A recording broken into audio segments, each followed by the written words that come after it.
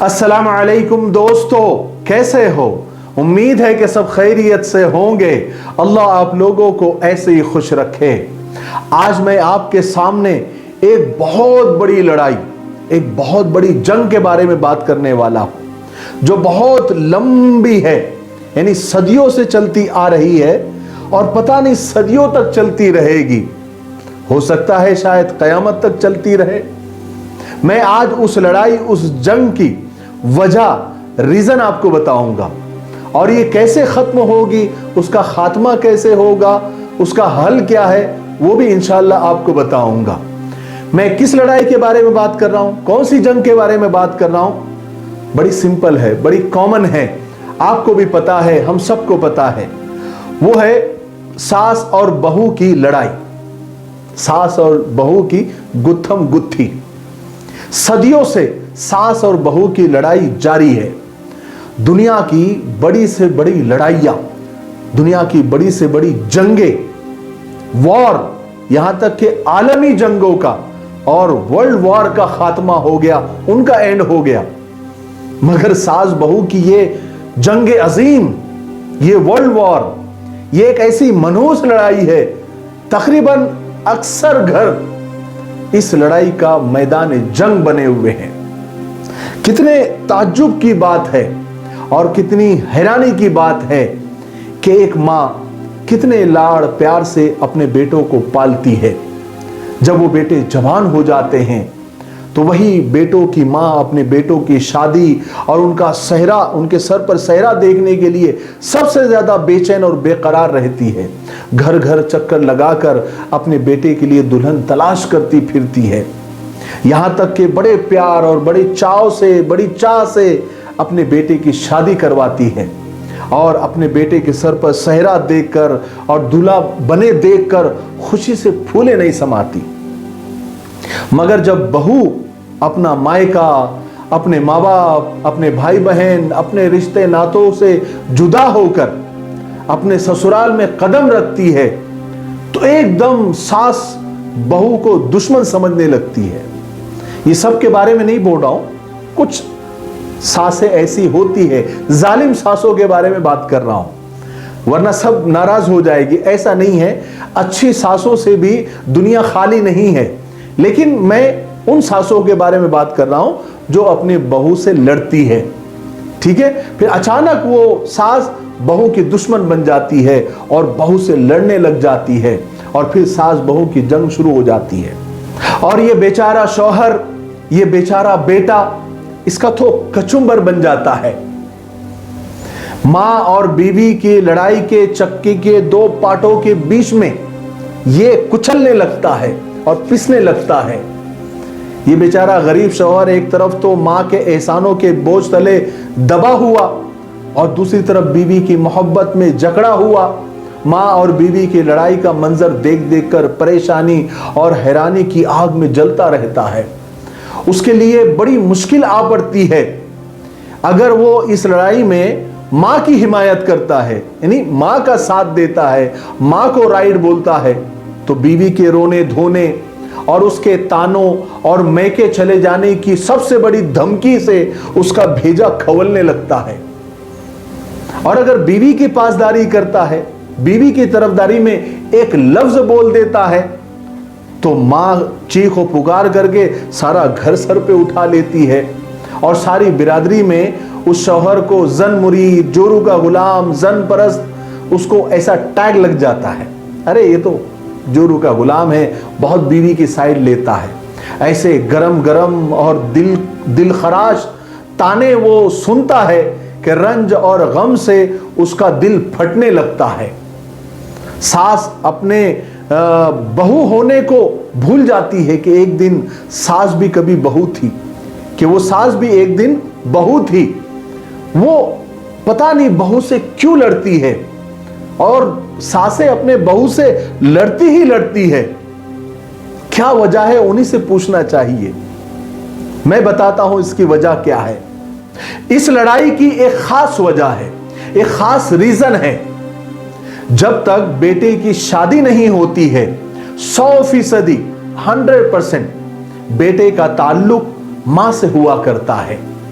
बेटा अपनी सारी कमाई और जो भी सामान वो लाता है वो अपनी मां के हाथ में देता है। हर चीज मां से ही तलब करता है, मां से ही मांगता है और फिर इस्तेमाल करता है। और दिन रात में सैकड़ों मर्तबा मां मां कहकर बात करता है, मां मां कहकर बात बात में मां को पुकारता है। उससे मां का कलेजा खुशी से फूल कर शेर भर का हो जाता है। और मां इस ख्याल में मगन रहती है कि मैं इस घर की मालकिन हूं और मेरा बेटा मेरा फरमाबरदार है। लेकिन शादी के बाद बेटे की मोहब्बत बीवी की तरफ टर्न करती है, बीवी की तरफ रुख करती है और बेटा कुछ ना कुछ अपने बीवी को देने और कुछ ना कुछ उससे मांगने लगता है। तो मां को फितरी तौर पर एक बड़ा झटका लगता है कि मेरा बेटा, मैंने उसको पाल पोस कर बड़ा किया है, अब वो मुझको नजरअंदाज करके, मुझको इग्नोर करके अपनी बीवी के कब्जे में चला गया है। अब मां मां पुकारने के बजाय बेगम बेगम पुकारने लगा है। पहले अपनी सारी कमाई मुझे देता था, अब बीवी के हाथ में देने लगा है। पहले मुझसे लिया दिया करता था, अब बीवी से लिया दिया करता है। अब मैं घर की मालकिन नहीं रही। इसी ख्याल से मां पर एक झल्लाहट सवार होती है, एक गुस्सा, एक अंदर से एक तकलीफ होने लगती है। और फिर वैसी सासें, सब नहीं, वैसी सासें अपने बहू से जलने लगती है और उसे अपना दुश्मन और अपना मद्दे मुकाबिल समझकर उससे लड़ाई झगड़े करने लगती है। मैं ये नहीं कह रहा हूं कि हर सास अपने बहू से जलती है, लेकिन बहुत सारी ऐसी भी सासें हैं जो ये सोचकर, जो मैंने रीजन ऊपर बताया, उसी की वजह से अपने बहू से जलने लगती है। और हसद की वजह से, वो है ना, कहीं पर निगाहें और कहीं पर निशाना, है ना, दुख कहीं पर और बताना कहीं पर। फिर वो उससे लड़ने लगती है बहू से और फिर बहू में तरह तरह के ऐब निकालने लगती है, कीड़े निकालने लगती है और किस्म किस्म के ताने और कोसने देना शुरू कर देती है। बहू भी, आजकल की बहू भी अभी वो पहले जैसी भोली भाली नहीं रही। बहू भी क्या करती है, शुरू शुरू में तो ये ख्याल करके कि मेरे शौहर की माँ है, कुछ दिन तक वो खामोश रहती है, चुप रहती है। मगर जब सास हद से ज्यादा लिमिट क्रॉस करके बहू के हलक में उंगली डालने लगती है तो बहू तो पहले उसको नफरत की मतली आने लगती है। फिर बहू एकदम सीना तान के सास के आगे तानों और कोसनों की क़य कर देती है, क़य करने लगती है। फिर मामला बढ़ते बढ़ते तुर्की बतुर्की सवाल और जवाब का तबादला होने लगता है, एक्सचेंज होने लगता है। इधर से 2 गाली तो इधर से 4, इधर से 4 बातें तो उधर से 8। फिर ये यानी बातों की और गालियों की बमबारी शुरू हो जाती है। फिर बढ़ते बढ़ते इस जंग के शोले, सास बहू के जो जंग के जो शोले हैं, वो दोनों खानदान को लपेटे में ले लेते हैं और दोनों खानदानों में आपसी जंगे अजीम शुरू हो जाती है, एक वर्ल्ड वॉर शुरू हो जाता है। आप फैमिली कोर्ट में जाकर देखो, 10-10 साल से फैमिली चक्कर मार रही है इंसाफ के लिए, 15-15 साल से, लेकिन मसाइल हल कहां होते हैं? इंसाफ नहीं होता वहां पर, बल्कि पैसों से ये भी साफ हो जाते हैं और ये भी साफ हो जाते हैं और बीच में वकील का बंगला बन जाता है, लेकिन इनका घर नहीं बस पाता। याद रखें, थोड़ी सी अगर हम एक दूसरे को, मेरे ख्याल में इस लड़ाई के खात्मे की बेहतरीन सूरत यह है कि इस जंग में 3 फरीक होते हैं, 3 पार्टियां होती है, एक सास, एक बहू और एक बेटा। अगर ये तीनों के दिल में अगर अल्लाह का डर है और हर एक को एक दूसरे के हुकूक, यानी अपने हक को माफ करते हुए दूसरे के हुकूक अदा करने का जज्बा तीनों के दिल में आ जाए और अल्लाह का डर, कयामत के दिन मीजान के सामने, इंसाफ के तराजू के सामने खड़े होने का डर और किरामन कातिबीन जो लिख रहे हैं उसका डर और अल्लाह के रसूल सल्लल्लाहु अलैहि वसल्लम के सामना करने का डर, अगर तीनों के दिल में आ जाए ना, आखिरत का खौफ, तो इंशाअल्लाह इस जंग का खात्मा हो सकता है। याद रखें, ये दुनिया आर्जी है, खत्म होने वाली है, हमको जाना है अल्लाह के पास में। ये दुनिया दारुल इम्तिहान है, लड़ लड़ के क्या करेंगे। किसी ने कितनी बेहतरीन बात कही है कि अगर ताल्लुक रखना है तो झगड़ा किस बात का, और अगर ताल्लुक नहीं रखना है तो भी झगड़ा किस बात का। झगड़ा किसी भी मसले का हल नहीं है, बल्कि मसाइल को पैदा करता है।